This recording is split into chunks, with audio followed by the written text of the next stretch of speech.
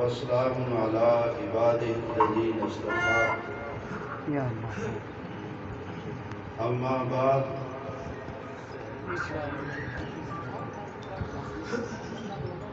اعوذ باللہ من الشیطان الرجیم بسم اللہ الرحمن الرحیم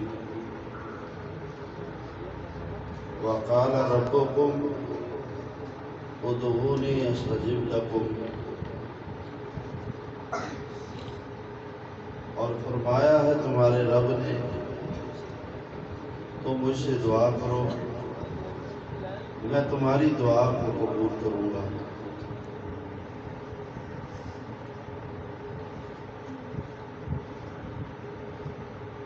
ہم سب اللہ کے بندے ہیں، اللہ ہمارا رب ہے، ہم سب اللہ کے محتاج ہیں، اس کے آگے سب فقیر ہیں، اور وہ ہماری ضرورتیں پوری کرنے والا ہے۔ ہمیں یہ سب یاد رکھنا چاہیے کہ ہمارا رب وہ عطا کرنے والا ہے،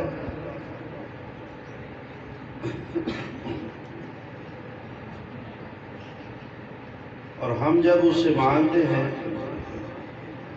تو وہ خوش ہوتا ہے، عطا بھی کرتا ہے، اور ہمارا مانگنا ہمارے لیے عبادت بنا دیتا ہے، اجر و ثواب بنا دیتا ہے۔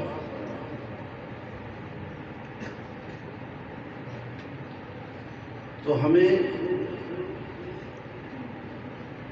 اپنی ساری ضرورتیں، ساری حاجتیں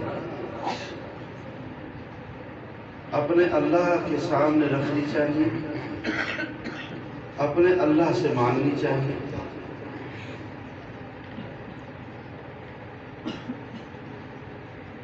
اللہ وہ ذات ہے جو ہمیں دے کر خوش ہوتا ہے، جب ہم اسے مانگتے ہیں تو وہ ہمیں شکر گزاروں میں لکھتا ہے، اور ہمیں وہ اس نسبت سے منسوب فرما دیتا ہے، یہ میرا بندہ مجھ سے مانگ رہا ہے، اور یہ یقین رکھتا ہے کہ میرا رب مجھے عطا کرنے والا ہے۔ کبھی رب کہتا ہے میرے فرشتوں تم گواہ ہو جاؤ، یہ میرا بندہ مجھ سے مانگ رہا ہے، مجھے شرم آتی ہے کہ میں اس کو خالی لٹاؤں۔ کبھی کہتا ہے مجھے شرم آتی ہے کہ میں اس کے ہاتھوں کو خالی لٹا دوں۔ میرے بھائیوں، ذرا غور تو فرماؤ، رسول اللہ صلی اللہ علیہ وسلم نے فرمایا، یار تو چپ کر جا، میں نے تبلیغ کروں گا اور نہ بولے۔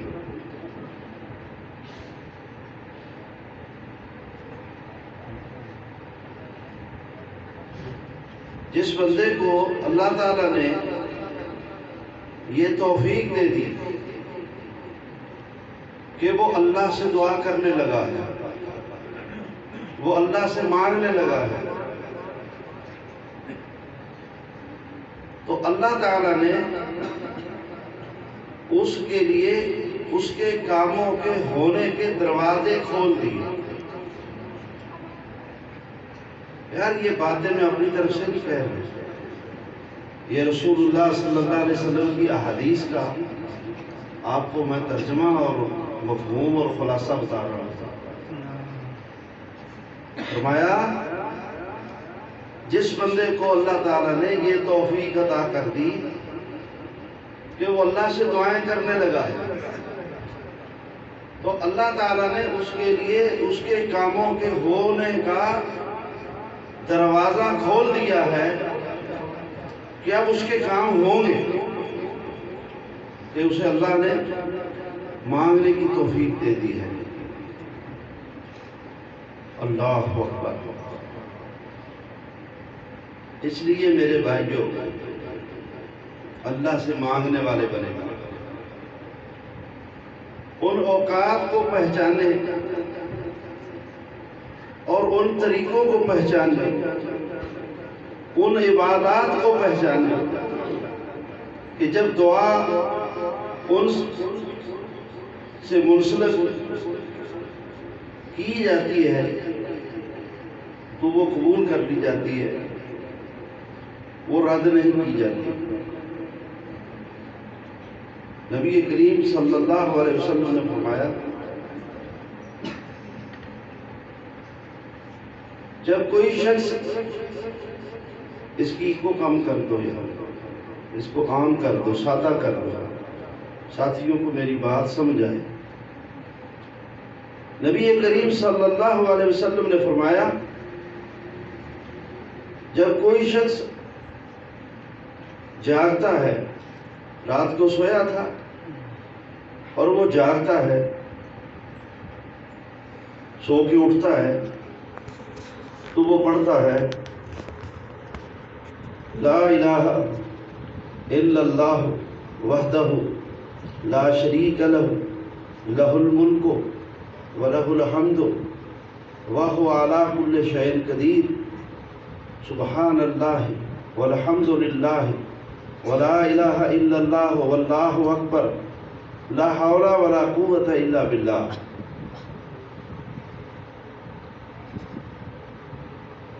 جب ایک مسلمان سو کر اٹھتا ہے اور وہ یہ دعا پڑھتا ہے تو فرمایا اس کے گناہ معاف کر دیے جاتے ہیں،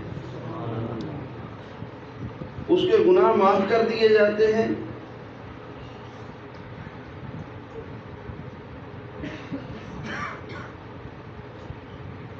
ان دعا استجیب لہ، اس دعا کو پڑھنے کے بعد اللہ کے حضور ہاتھ اٹھا کے وہ کوئی دعا کرتا ہے تو اس کی دعا قبول کر لی جاتی ہے۔ وَإِن تَوَضَّأَ وَصَلَّى، اور اگر وہ پھر اٹھ کھڑا ہوتا ہے، وضو کرتا ہے اور نماز پڑھتا ہے، نفل پڑھتا ہے یا فرض پڑھتا ہے، تو فرمایا قُبِلَ لَهُ، اس کی نماز قبول کر لی جاتی ہے، اس کے سجدے قبول ہو جاتے ہیں۔ 3 فضیلتیں۔ تو اس دعا کو سو کر اٹھ کر پڑھنے سے گناہ معاف ہو جاتے ہیں، اگر دعا کرتا ہے تو دعا قبول ہو جاتی ہے، اور اگر اٹھ کر نماز بھی پڑھتا ہے تو نماز بھی اللہ کے ہاں قبول ہو جاتی ہے۔ میرے بھائیوں، ان چیزوں کو پہچانو۔ فرمایا جب ایک مسلمان باوضو سوتا ہے، باوضو، اور پھر اس کو کروٹ آتی ہے، رات کو جاگ آ جاتی ہے اور وہ کروٹ لیتا ہے، 2 باتیں اللہ کے نبی نے ارشاد فرمائی۔ ایک یہ اگر وہ اس کروٹ کے وقت کوئی بھی جائز دعا کرتا ہے لیٹے لیٹے، اللہ اس کو جو وہ مانگتا ہے عطا کر دیتا ہے۔ دوسری فضیلت اور بات یہ ارشاد فرمائی کہ اللہ کا ایک فرشتہ مقرر کر دیا جاتا ہے جو اس بات کا انتظار کرتا ہے کہ یہ جاگے، یہ اللہ سے مانگے اور میں اس کی دعا پر آمین کہوں، اور پھر وہ دعا کن لفظوں سے کرتا ہے؟ اے اللہ تو اس کو معاف کر دے، انہو بات طاہرن، یا اللہ اس تیرے بندے نے باوضو رات گزاری ہے، اس تیرے بندے نے باوضو رات گزاری ہے تو اس کو معاف کر دے۔ باوضو سوئے جاگیں تو اللہ سے دعائیں کریں، اٹھ کر بیٹھیں تو اللہ سے دعا کریں۔ نبی کریم صلی اللہ علیہ وسلم نے فرمایا جب کوئی شخص سحری کے وقت دعا کرتا ہے تو اس کی دعا قبول کر لی جاتی ہے، افطاری کے وقت دعا کرتا ہے اس کی دعا قبول کر لی جاتی ہے، روزے کی حالت میں دعا کرتا ہے اس کی دعا قبول کر لی جاتی ہے۔ والدین کی دعا اولاد کے حق میں فرمایا مستجاب ہے۔ روزے دار کی دعا، مسافر کی دعا، والدین کی دعا لا یرد، رد نہیں کی جاتی، قبول کر لی جاتی ہے۔ اللہ کے نبی صلی اللہ علیہ وسلم نے فرمایا بین الصلاۃ و بین النداء لا یرد الدعاء، غور سے سنیں، اذان اور اقامت کے درمیان پانچوں نمازوں کی اذان ہوتی ہے، پھر کچھ وقت کے بعد اقامت ہوتی ہے، پھر جماعت کھڑی ہو جاتی ہے۔ اذان اور اقامت کے درمیان جو وقت ہے، اس وقت میں جو مسلمان اللہ سے دعا کرتا ہے جائز، اس کی دعا رد نہیں کی جاتی۔ فرضوں کے بعد دعا رد نہیں ہوتی۔ پوچھا کہ اللہ کے نبی صلی اللہ علیہ وسلم دعا کی قبولیت کا وقت بتائیے، کون سی دعا ہے جو قبول ہو جاتی ہے؟ فرمایا دبر الصلاۃ المکتوبات، فرض نمازوں کے بعد، وجوف اللیل، اور تہجد کے وقت۔ ان اوقات کو پہچانو۔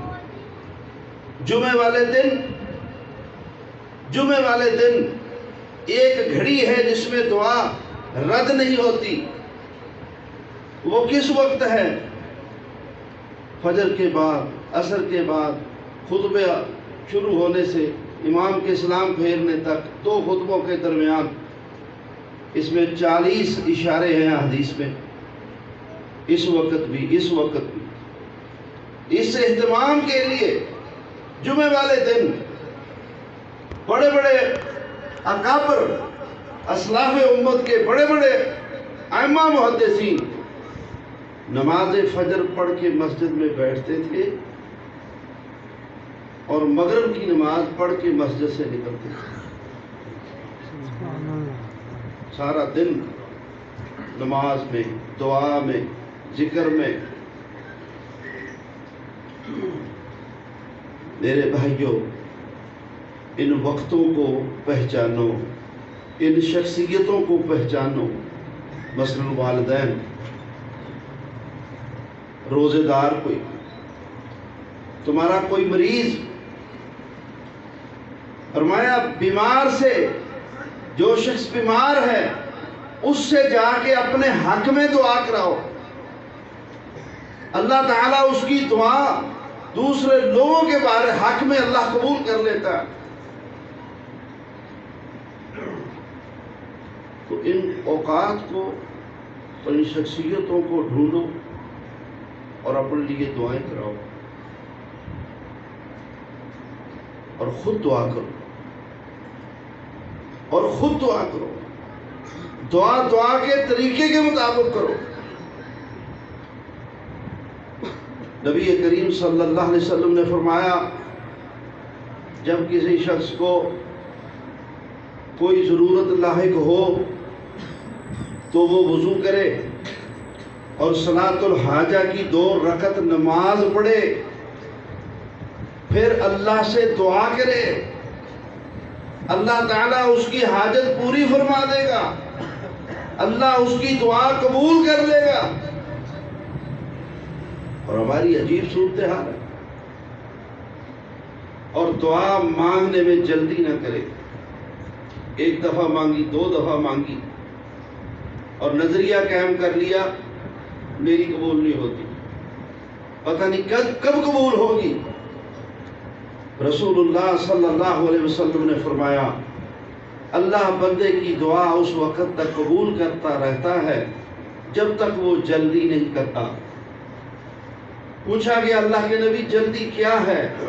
فرمایا بندہ دعا کرتا ہے، قبولیت کے آثار نہیں دیکھتا، پھر دعا کرتا ہے، پھر کہتا ہے میری تو قبول نہیں ہوتی اور دعا مانگنا چھوڑ دیتا ہے، تو اللہ تعالیٰ اس کی ضرورتیں پوری کرنا بھی چھوڑ دیتا ہے، اس کی دعائیں قبول کرنا بھی چھوڑ دیتا ہے۔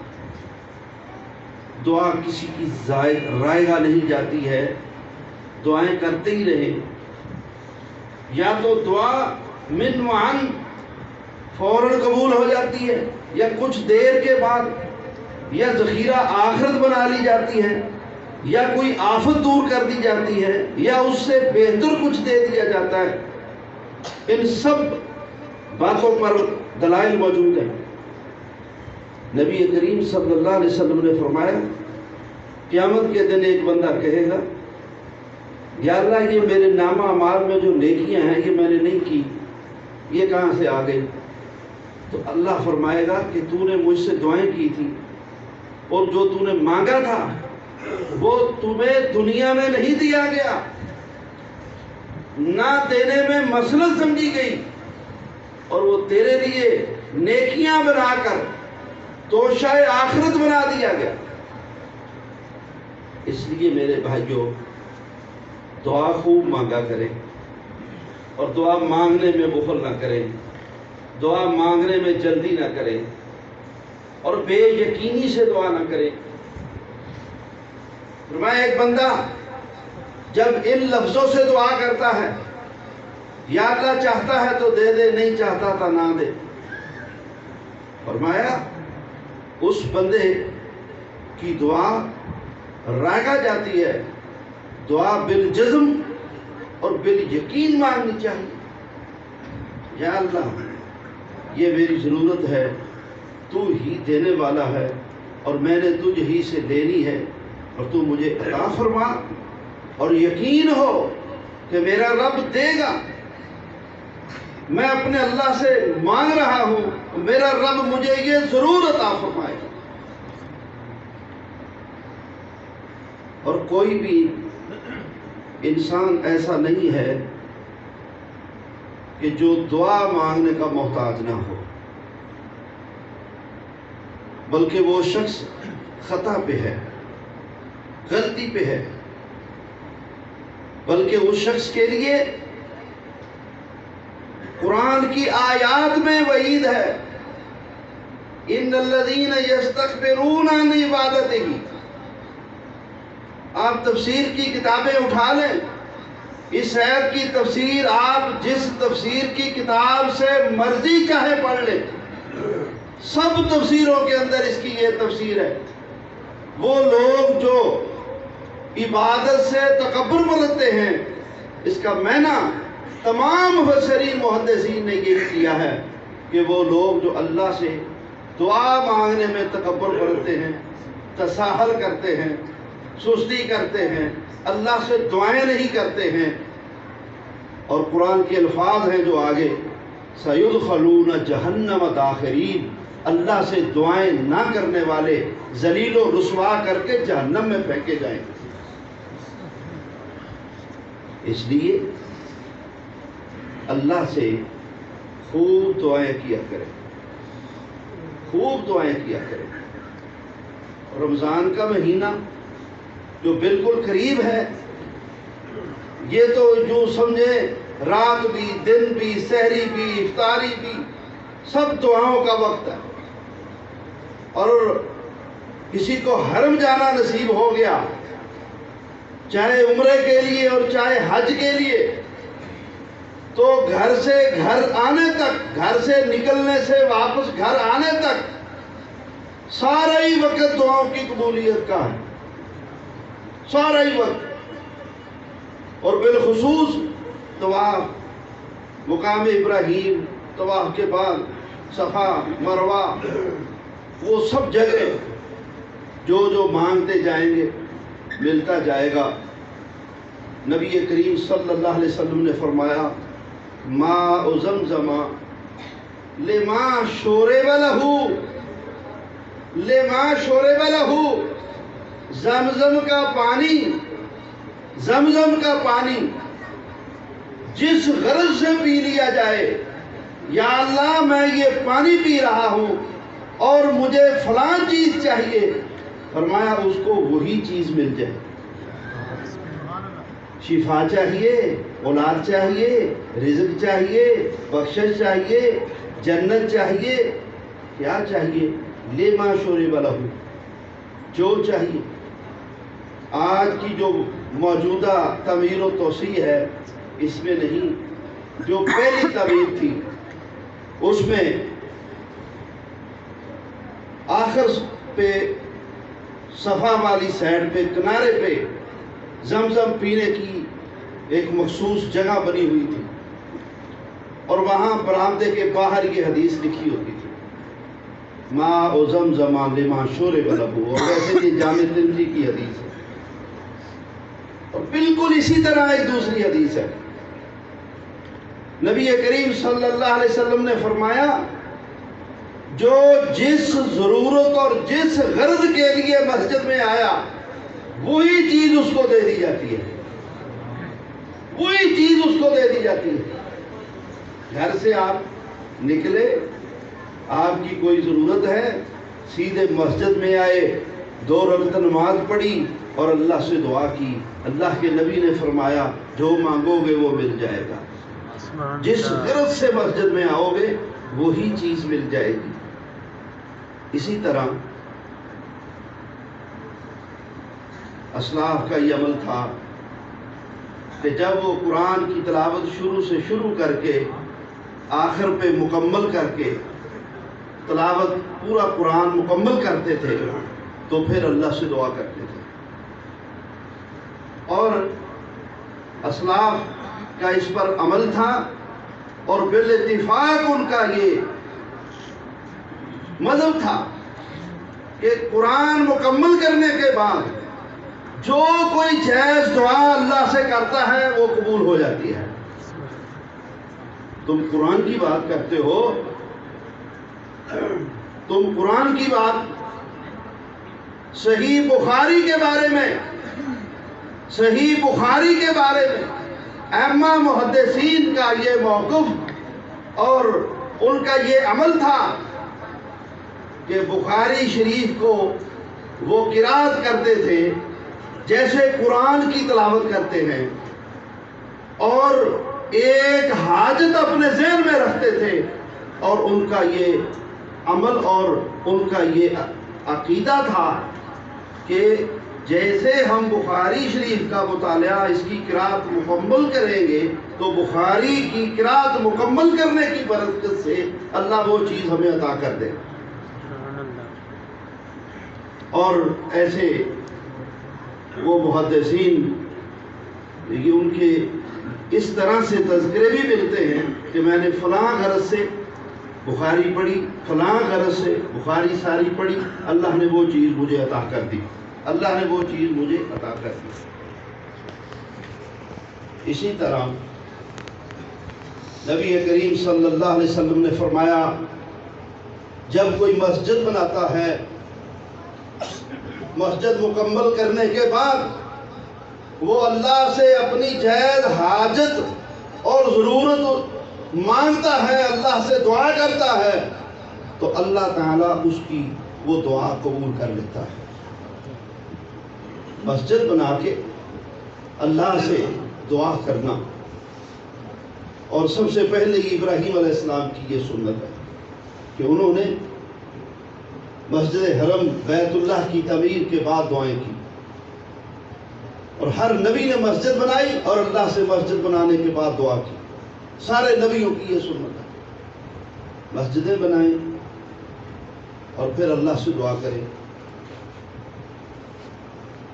اور میں آپ کو یاد دہانی کراؤں گا، جتنے بیٹھے ہیں ہر کسی کی کوئی نہ کوئی ایسی مشکلیں، کوئی الجھنیں، کوئی ضرورتیں ضرور ہیں، ذرا یاد کر لو۔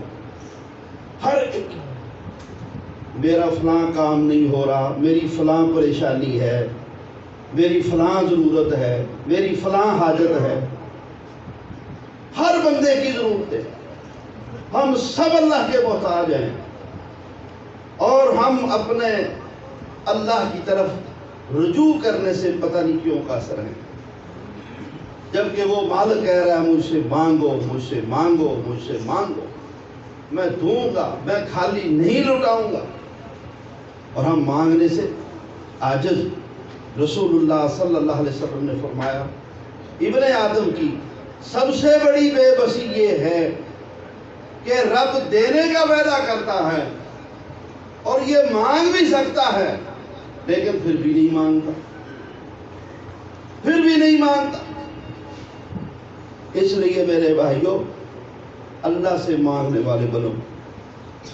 اور بھی بہت سے ایسے مواقع اور ایسے اعمال احادیث سے ملتے ہیں جن کی طرف منسوب کر کے یہ تذکرہ کیا گیا ہے کہ اس عمل کے بعد یا اس کام کے بعد یا اس وقت یا اس جگہ پہ جب کوئی دعا کرتا ہے تو دعا رد نہیں ہوتی، قبول ہو جاتی ہے۔ یہ کچھ میں نے آپ کے سامنے بطور مثال رکھے ہیں۔ تو اللہ سے دعائیں کرنے والے بنو، اللہ سے مانگنے والے بنو، اور دعا مانگنے سے، دعا مانگنے کے فوائد میں جو سب سے بڑی فضیلت اور سب سے بڑی نیکی اور سب سے بڑی بات جو بندے کو نصیب ہوتی ہے، وہ میرے بھائیوں عقیدہ توحید نصیب ہوتا ہے کہ انسان اللہ کے سامنے جھکا ہوا، غیر اللہ سے رخ موڑ کر اللہ کے سامنے گرا ہوا ہے، اللہ کے سامنے جھکا ہوا ہے۔ رسول اللہ صلی اللہ علیہ وسلم نے فرمایا، دیکھیے ما تحت الاسباب، انسانی معاشرے میں ایک دوسرے کا ہمیں ضرورت مند بنایا گیا ہے اور ہمیں اجازت بھی دی گئی ہے، بلکہ حکم دیا گیا ہے اولاد والدین کی خدمت کرے، بیوی خامد کی خدمت کرے، خامد بیوی بچوں کے لیے کما کے لائے، ہم محتاج ہیں ایک دوسرے کے۔ لیکن یاد رکھو، ہمیں تعلیم یہ دی گئی ہے، ما فوق الاسباب تو بالکل ہی ہر وقت عقیدہ اور عمل اللہ کی طرف کی نسبت ہونی چاہیے، اللہ کے اوپر ہی عقیدہ ہونا چاہیے، اللہ سے ہی مانگنا چاہیے، اور یہ توحید ایک فطرتی بات ہے۔ آپ جس سے مرضی پوچھیں، پہلی دفعہ وہ یہی کہے گا۔ آپ کہتے ہیں کہ زندگی دینے والا کون ہے، کیا گزرا آدمی بھی کہے گا اللہ۔ یہ ما فوق اسباب باتیں۔ رزق دینے والا کون ہے؟ اللہ۔ زندگی دینے والا کون ہے؟ اللہ۔ موت دینے والا کون ہے؟ اللہ۔ ما تحت الاسباب، جس میں ہمیں ایک دوسرے کا محتاج بنایا گیا ہے، اس میں بھی ہمیں یہ حکم ہے کہ جب ایک بندے کو ایک بندے سے کام ہو اور وہ ما تحت الاسباب ہو تو بھی پہلے اللہ سے دعا کرے اور پھر اس بندے کو کہے۔ نبی کریم صلی اللہ علیہ وسلم کا یہ واضح فرمان ہے، اور بلکہ اس سے بھی آگے فرمایا، جب تم میں سے کسی ایک کی جوتی کا تسمہ ٹوٹ جائے تو تسمہ خریدنے سے پہلے اللہ سے دعا کرو، یا اللہ میرا تسمہ ٹوٹ گیا، مجھے تسمہ چاہیے، مجھے جوتی چاہیے، میرے پاس کپڑا نہیں، یا اللہ مجھے کپڑا عطا فرما۔ فرمایا تمہارے گھر کا نمک ختم ہو جائے تو تم پہلے اللہ سے مانگو، یا اللہ مجھے نمک عطا فرما، پھر اس کے بعد پیسوں کی طرف جاؤ اور دکان کی طرف جاؤ۔ اللہ سے اس حد تک مانگنے والے بنو، پہلے اللہ سے مانگو، پھر اس کے بعد اسباب کی طرف جاؤ۔ اور ہماری صورتحال یہ ہے کہ ہم نے مسبب الاسباب کو چھوڑا ہوا ہے، اسباب کے پیچھے بھاگے ہوئے ہیں، اسباب کے اوپر ہمارا بڑا یقین ہے۔ تو اپنی توحید درست کرو۔ اللہ سے مانگنے میں سب سے بڑا جو فائدہ ایک مسلمان آدمی کو نصیب ہوتا ہے کہ اس کا عقیدہ توحید مضبوط ہوتا ہے، اور جس کا عقیدہ توحید بن گیا انشاءاللہ اس کا سب کچھ بن گیا۔ تو ہمیں بہت زیادہ دعائیں کرنی چاہیے، اپنے اللہ سے اپنا تعلق مضبوط کرنا چاہیے۔ اللہ تعالی ہمیں اپنے ہی سے مانگنے کی توفیق عطا فرمائے۔ اور آپ کا یہ پروگرام ماشاءاللہ، اس میں بڑے بہترین خطبہ الحمدللہ خطاب فرمائیں گے، مقامی علماء بھی بیان کریں گے۔ علماء کے بیان توجہ سے سنا کرو، وقت ضائع نہ کیا کرو۔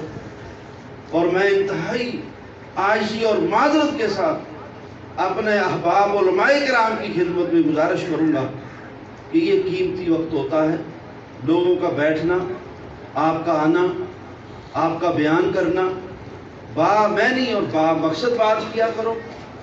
اور آپ بھی پہلے اللہ سے دعا کر کے اپنی گفتگو کیا کرو کہ یا اللہ مجھے حق کہنے کی توفیق دے، میرے بیان میں تو اثر پیدا فرما، لوگوں کے لیے اس علم کو نافع بنا۔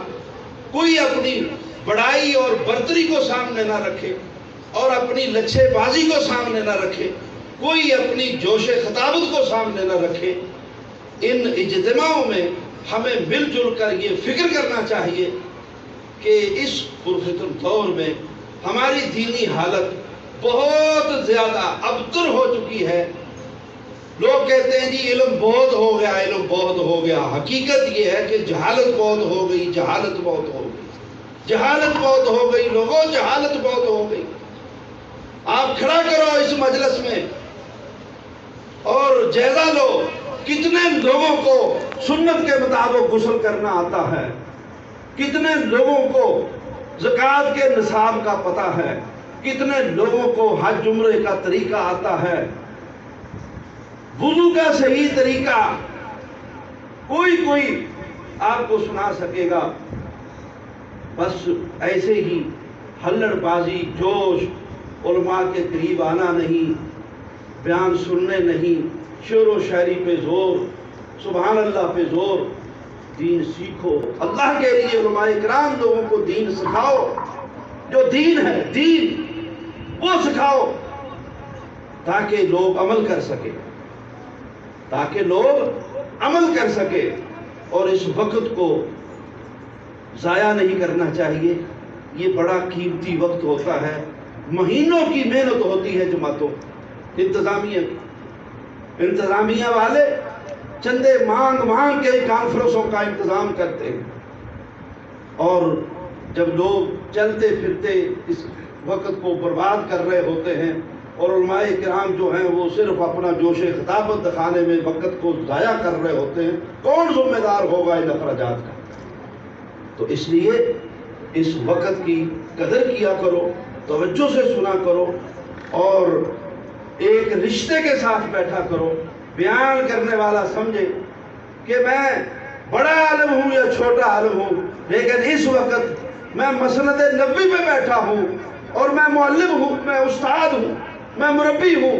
اور بیٹھنے والے اپنے آپ کو یہ سمجھا کریں کہ میں شاگرد کی حیثیت سے اس بندے کے سامنے بیٹھا ہوں، میں نے اس سے کچھ سیکھنا ہے، اور میں نے جو سیکھنا ہے اس پہ میں نے عمل کرنا ہے۔ اللہ تعالی ہم سب کو عمل کی توفیق عطا فرمائے۔ اقول قولی ھذا واستغفر اللہ لی ولکم وآخر دعوانا ان الحمد للہ۔